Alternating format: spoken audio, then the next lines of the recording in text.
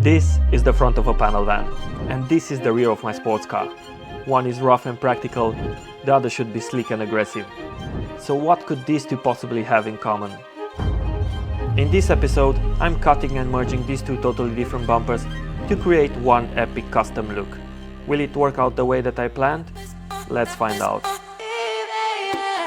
In the pursuit of transforming my old banger into something as cool as this at home without any help, I've made a plan and drawn the design, I replaced the damaged body panels, fitted the new wheels and flares to see if they fit, and I've made a one-off front bumper.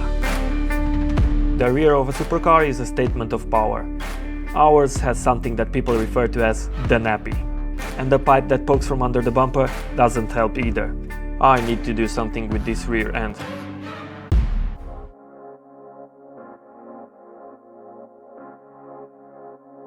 For the rear, the plan is to change its look by cutting the bumper here, and the lower section replace it with one from another car. Ever since my first MR2 build, I always did the same thing and brought the exhaust tips through the grille, because I think it makes the car look so much better.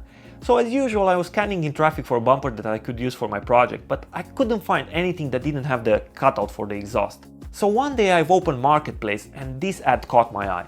Because in the picture, the bumper wasn't sitting normally, it was sitting the other way around. I could see the lower part of it. And this shape caught my eye because it was exactly what I wanted for my build. And plus, I paid £30 for it, which is a lot cheaper than buying a sheet of plastic. I just want to say a massive thank you to everyone that helped me reach 1,000 subs in just 7 days. And if you're new here and like what you see, please support this channel and hit the subscribe button. It's just one click for you, but it means the world to me. Let's put the Sprinter bumper next to the car, and as I was imagining, there's no surprise here. Obviously, it is a lot bigger, because the Sprinter is a big van and this is a tiny sports car. But regardless, I'm going to start by cutting the lower section off, and since this is the only part that I need right now, I've placed my cut a few centimeters above that lower line, and now I just need to split the two parts. And there you go! I have my rear diffuser. Quite a big one. Then it was time to move on the car. I used the laser to make sure that the car is leveled, and I'm using masking tape to know where to place my cut. I removed the bumper from the car, and with it marked, I started cutting it. Now I just had to do another 2 cuts and I could separate the bumper. But first, let me tell you my plan to get the cross-country supercar look. Supercars are wide and low, and our car is tiny. If I raise it, this will only make it look taller and narrower. But this is where this guy comes to the rescue. And before you think that I've lost the plot, this guy influenced the cars that we all love more than you probably think. But I'll tell you about that when I'll build the exhaust and the intake. Another work of his is called the Helmholtz illusion, and long story short is that these two squares are exactly the same size. But our perception is that one is wider and one is taller. And this is a trick that is often found in fashion, where they play with patterns on clothes just to make silhouettes look more pleasing. As for our car, I'm gonna cut the bumper and bring its lower end up, because I'm hoping that by changing the ratio between the width and the height of the rear, I'm gonna make the car look a lot wider than it actually is. And what does the van bumper has in common with our car? Absolutely nothing. But it had the right shape that I wanted for this build. Just gonna remove the entire rear, because I can't really tell how I'm going to do the bumper unless I clear this, and I'm sure that I'm gonna remake it. And even if I'm not gonna do a complete new exhaust, I'm still gonna reroute this, because yeah, I can't use this. I would really like to go lower like this, and then the diffuser would interact with the exhaust, so I have no other choice. I'll just remove this. Nice little trick about this car, where I like to place my rear bumper. I like to place it right over here, because it has this edge, and it's perfect here, and then I can actually work. I removed the bolts that secure the rear heat shield, and the struts that support the top beam were the first ones to come off. After removing the rear heat shield, I had the exhaust system exposed, and I have decided to remove the crash bar, the entire exhaust, just to make more space and make everything a lot easier. I've put the crash bar and bumper back, marked the middle on the new lower section, and with the laser centered on the car, I was ready to install it on. But as soon as I secured the new lower section, I've realized that something was not right. I've made a mistake right here. You see, I've cut the bumper straight, where I should have cut it on an angle like this, all the way down. I've used a few staples, and with the old section back on the car, I used the laser to take exact measurements on each side to know where to cut. and masking tape to mark where the new cut should be. I'm cutting the bumper again, hopefully this time in the right place. Then I'm just reheating the staples with the plastic welder, and when it's hot enough I'm just using the snips to grab the filament and pull it out to separate the bumper. It's a new day, it's a Saturday, it's a full day. And this is where I left it last night. I've cut this here, I secured the central section on the car, and I overlapped the end that I made yesterday on top. And then I've marked it here on the back where I need to cut, so I'm just gonna use this. This is extra. Then I've cut the first end to see if it's going to fit, and I've cleaned the edges of the melted plastic from the cut. So technically, this should fit something like this now. Which it does. Oh, look at that. The shape and everything, so I do have an ending. Now, I just need to duplicate this on this other side. The mirror, I just place it like this until I get the mark. That's my first mark. And then the second mark is, I'll start from here. I have my second mark. And with the second end marked, it was time to trim this as well, and I should have two identical mirrored pieces.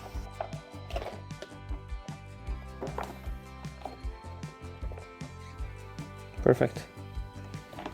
Now that I had both endings trimmed and I've checked that they fit, it was time to get the plastic welder and start stitching them together. And this is how it turned out. Look how good it looks. I like the fact that it is the same line here with this one here. Looking from the side, I have my line for the rear diffuser. I wanted to have this steeper, like this, but then I realized if I cut it like that, it's not going to follow the cut of the bumper and the fender, so just to make a bit more sense design-wise, I've just decided to move this one a bit up, so then these two lines are going to be parallel, so that way it's going to look neater. And I'm going to use this fog light section to make two new cutouts in our bumper, making your eyes to be drawn horizontally to accentuate the illusion that the car is wider. Now that I knew where my diffuser is going to be placed, I've put the leftover from the Sprinter bumper next to the car to see if the radius of the corner is similar. The angles look to be very similar, so I moved on to cut the fog lights part out. I'm going to use these to build the new cutouts in the bumper, and their purpose is going to be to work as exhaust for the rear wheel arch. I needed to clean the edges a bit, and at this point it's starting to take the shape of the new part. I just need to make it a bit smaller. I've trimmed the new part until I was left with the shape that I liked, and I can begin to cut the bumper to make space for the new trim. Remove the old bit that I don't really need, and I did a test fit to see if this will actually fit. And then I moved on the other side to trim that side as well. As this will be a separate part attached to the bumper, I started to fabricate it from the middle out. Because I'm making the original opening shorter, I'm just using some temporary supports to keep the opening square until I finish welding the middle part together. Then I continued by welding the sides to the middle. I marked the bumper and I'm making the final lower cut, clean the edges and install the lower part. Next day, I just woke up, I barely had any sleep. I'm barely sleeping actually, I'm sleeping a few hours a night. And yeah, nothing beats a keyboard warrior. It's just so annoying that you do all the planning and the work and the dedication and effort and money and everything to build something that no one has, and then it's so easy just to go and trash someone else's work. But I think this is the world that we live in, and yeah, it's a bit frustrating. The place looks a mess. I've been having setback after setback because this is what happens if I haven't followed the plan. But yeah, I don't know, it's a new day, sun is up, it should be a full day. I think I need to look on the calendar. Let's see, what do I have to do for today? Oh, there you go. Don't quit.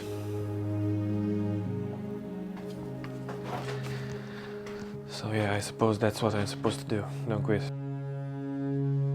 I went and made myself a cup of tea and pulled myself together, as I have no time to waste. And this is how the bumper sits now. And because I've decided that I want the new lower part to have a step from the bumper, I need to fabricate a cap for it. I've resumed working on the cap for the new lower part by removing the temporary spacers that I've installed and trimmed the screw ends that I've used. I finished welding the entire new middle section of the bumper, and I'm trimming the ends of the staples just to make sure that the surface is flat and safe to use so that I can put the bumper back on the car. Now I need to test fit how it's going to work. Another indication that everything is straight, even the crash bar goes really nice and straight on the car. I've finished roughly the back bumper, and most probably these ends will have to be trimmed off because it's gonna hit the bumper. This side, because it's bent, it's good. But I don't know if this is the way to do it. I have secured the bumper with a couple of bolts. And now, yeah, as you can see, it's interfering with this, and then I'm gonna have to modify the crash bar for the exhaust as well. But yeah, we'll carry on with that a bit later. At least I know what I need to do with this. I'll need to trim it, probably like here, straight. First, I need to clean this mess up because it's a mess, so let's just make some space. 5 minutes of sweeping made a big difference, and after that I removed the crash bar. So I have my marker over here. You can see where it actually landed on the side, but it's nothing major. Let's just make it shorter. I've marked the crash bar all the way around 10 centimeters away from the end and started cutting the first end off. One side is off, not the other. And in case you're wondering why am I holding my hand on my boot, it's because the sparks from the angle grinder are always breaking my shoelaces since they're made of polyester, so I'm just trying to protect them.